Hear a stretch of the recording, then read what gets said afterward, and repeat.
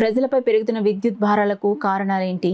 అదానితో రాష్ట్ర ప్రభుత్వం చేస్తున్న ఒప్పందాలలో ఏ అంశాలున్నాయని తెలియజేస్తూ ఎంవీఎస్ శర్మ రచించిన నమో అదాని కరెంట్ కహాని అనే బుక్లెట్ను సిపిఎం నేతలు ఆవిష్కరించారు. ఈ సందర్భంగా సిపిఎం జిల్లా కన్వీనర్ ఎం రాజశేఖర్, జిల్లా కమిటీ సభ్యురాలు జి బేబీ రాణిలు మాట్లాడుతూ హిండెన్బర్గ్ రిపోర్ట్ వచ్చినప్పుడే అదానీ సంస్థలపై విచారణ జరిపించి ఉండాల్సిందన్నారు.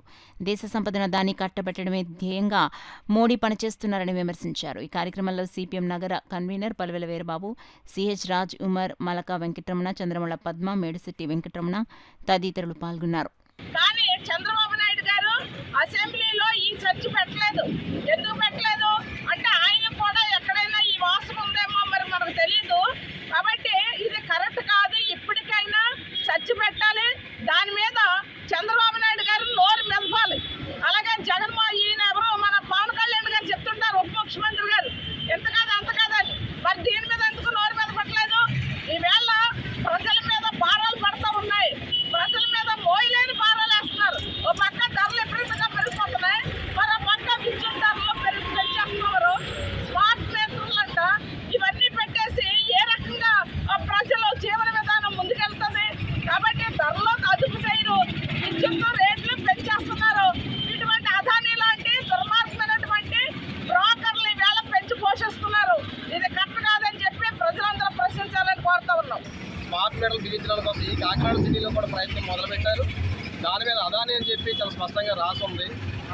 స్మార్ట్ మీటర్లు బిగించే దాంట్లో కూడా ఈరోజు లాభాలు అదానీ కంపెనీకి ఇచ్చేటువంటి పరిస్థితి. అంటే చిన్న పరిశ్రమలు ఏవి కూడా స్మార్ట్ మీటర్లు లాంటివి కానీ కరెంట్ మీటర్లు కూడా తయారు చేసేటువంటి అవకాశం ఈ రాష్ట్ర ప్రభుత్వం ఇవ్వట్లేదనేది ఇంకా ఉదాహరణ. మల్టీనేషనల్ కంపెనీలకి దోచిపెట్టడం తప్పించి ఈ రాష్ట్రంలో పారిశ్రామిక విధానాన్ని అవలంబిస్తాము, అభివృద్ధి చేస్తాం అన్నారు. కానీ ఎవరికి మీరు అవలంబిస్తారు, అభివృద్ధి చేస్తారంటే కేవలం ఎంఎన్సీ కంపెనీలు, అలాంటి కంపెనీలు.